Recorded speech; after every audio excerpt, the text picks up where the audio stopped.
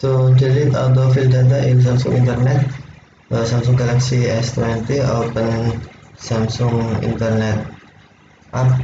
If you use the default theme, you can open from home screen, tap Samsung Internet icon, or from app screen, swipe up on the home screen to access the app screen, and tap Samsung folder,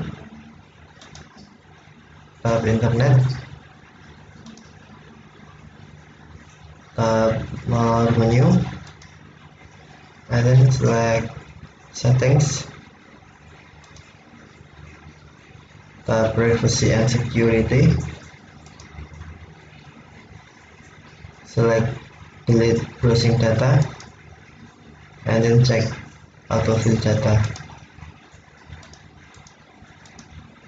tap delete, personal data deleted. Okay, thank you for watching. Have a nice day.